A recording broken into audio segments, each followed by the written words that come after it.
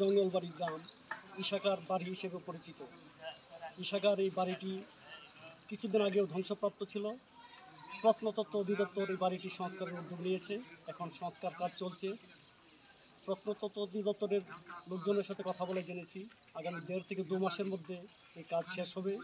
এখানে এই বাড়িটি দেখার জন্য দূর দূরান্ত থেকে অতীতে যেমন লোকজন আসতেন, এখনও আসেন, তবে এখানকার লোকজন আশা করছেন এই বাড়িটি যদি সংস্কারের ফলে ঐতিহ্য ফিরে পায় তবে দূর দূরান্তের পর্যটকরা আবারও ভিড় করবেন এই জঙ্গলবাড়িতে।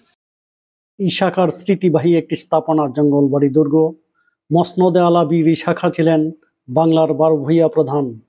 ইশাকার জঙ্গলবাড়ি প্রকৃতপক্ষে ইশাকার দ্বিতীয় রাজধানী ছিল। বর্তমানে এটি বাংলাদেশের প্রত্নতত্ত্ব অধিদপ্তর কর্তৃক তালিকাভুক্ত একটি প্রত্নতাত্ত্বিক স্থাপনা।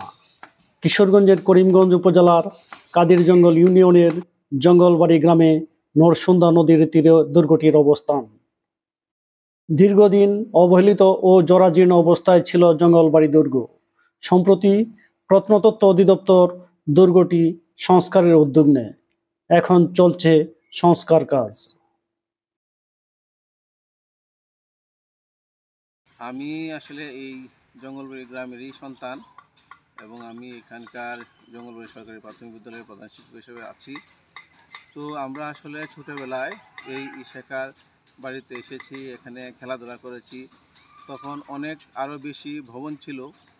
তারপর সময়ের আবর্তনে এই ভবনগুলি জরাজীর্ণ হয়ে আস্তে আস্তে ভেঙে পড়ে যাচ্ছে।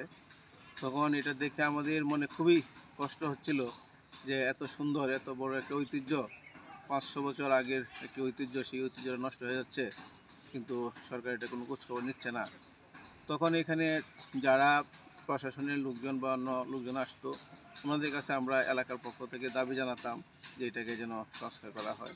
যাই হোক, আলহামদুলিল্লাহ এখন প্রত্নতত্ত্ব অধিদপ্তর এই ইশাকার বাড়ি সংস্কারের উদ্যোগ নিয়েছে। তারা এখানকার ভূমি অধিগ্রহণ করেছে এবং এটাকে একটি পুরনো স্মৃতি হিসাবে বীর ইশাকার এই স্মৃতিটাকে ধরে রাখার জন্য সরকার যে উদ্যোগ নিয়েছে, আমরা সেই সরকারকে এই জন্য ধন্যবাদ জানাই, এলাকার পক্ষ থেকে কৃতজ্ঞতা জানাই।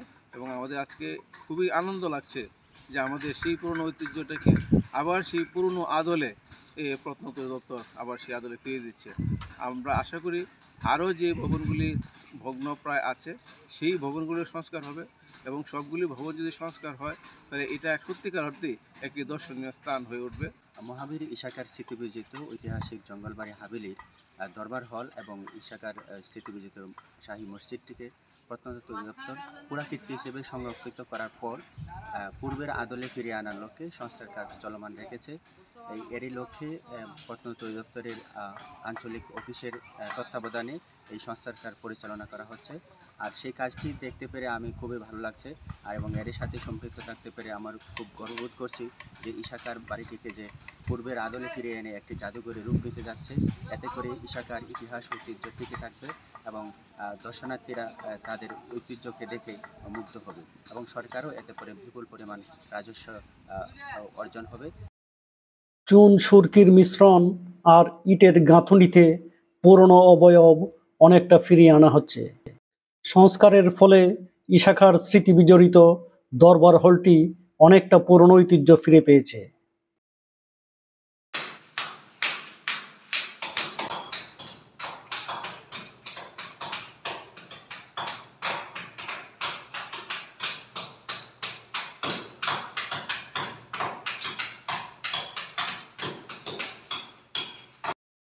দক্ষ কারিগরের হাতের ছোঁয়ায় পুরনো কারুকার্যগুলো স্পষ্ট হয়ে উঠছে।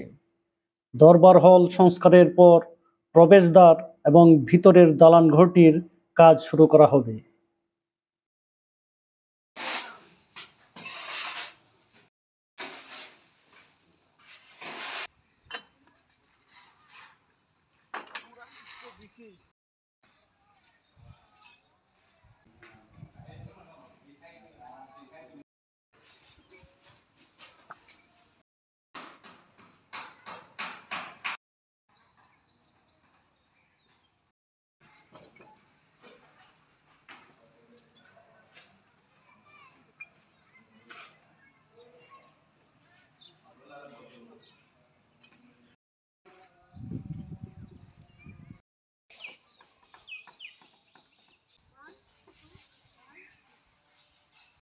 দরবার হলটির সঙ্গেই রয়েছে প্রবেশদ্বার। প্রবেশদ্বার পার হয়েই ভিতরের দালান ঘরটির অবস্থান। ভিতরের দালান ঘরটি অনেকটা ঝুঁকিপূর্ণ অবস্থা রয়েছে। পাশেই রয়েছে পুরনো মসজিদ এবং কবরস্থান। মসজিদটি সংস্কার করা হয়েছে কিছুদিন আগেই।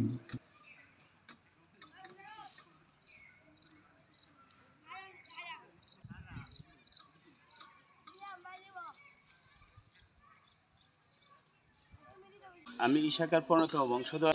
এটা ইশাকার দ্বিতীয় রাজধানী ছিল। এই ইশাকা এই এলাকায় 17-18 বছর এই রাজ্যে পরিচালনা করেন। পরে ওনার ছেলে মুসাকা জমিদারি স্টেট বুঝে নেওয়ার পরে কিছুদিন উনি চালানোর পর ব্রিটিশ জমিদারি নষ্ট করে দেওয়ার পর এই জমিদার প্রেমী বা ইশাকার ঐতিহ্য বিভিন্নভাবে বিলীন হয়ে যায়। বিলীন হয়ে যাওয়ার পর এই 2006-এ প্রত্নতত্ত্ব বিভাগের মাধ্যমে এটাকে সংরক্ষণ করার জন্য একটা আবেদন করার পরে এটা একটা স্যাংশন হয়। স্যাংশন হওয়ার পরে যে এখন ওনারা এই শাখার দরবার হল থেকে সংস্কার কাজ শুরু করছেন। আর এই ভিতর বাড়িটা যেটা আছে এটাও ওনারা সংস্কার করবে, এখানে একটা পর্যটন করবে ওনারা আমাদেরকে আশ্বাস করেছেন। আর এই শাখার ঐতিহ্য বা এই শাখার স্মৃতি বা সয় সম্পদ এই এলাকার ভূমিদস্যুরা বিভিন্নভাবে ওনারা বুক দখল করছে। তাই এই ভূমিদস্যুদের হাত থেকে এই যেন ইশাকার ঐতিহ্য উদ্ধার করে ইশাকার স্মৃতিটিকে, এই ভূমিদস্যুরা চায় ইশাকার ঐতিহ্য বা এই স্মৃতি বিলীন হয়ে যাক। তাই সরকারের কাছে আমি বিনীতভাবে অনুরোধ করব কিশোরগঞ্জবাসীর পক্ষ থেকে বা ইশাকার বংশধর হিসাবে এই ইশাকার ঐতিহ্য বা স্মৃতিকে রক্ষা করার জন্য বিনীতভাবে অনুরোধ করব।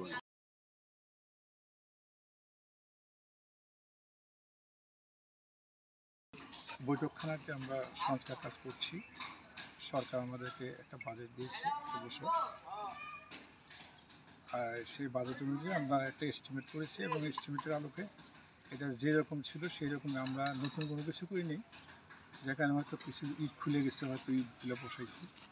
তারপরে আমরা প্লাস্টার খুলে গেছে, প্লাস্টারগুলো আমরা রিপেয়ারিং করে আবার যাতে এটা আরও যাতে কোনো ক্ষতিগ্রস্ত না হয়, আগামী দিনের বিভিন্ন টিকে থাকে সেই প্রচেষ্টায় আমরা কাজ করে যাচ্ছি আর কি, সংস্কার কাজ করছি আর কি।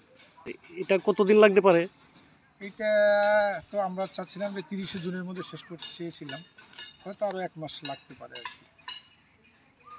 মানে ঈদ আছে তো, হয়তো জুলাই মাসের মধ্যেই ইনশাল্লাহ শেষ হয়ে যাবে আশা করতেছি আর কি।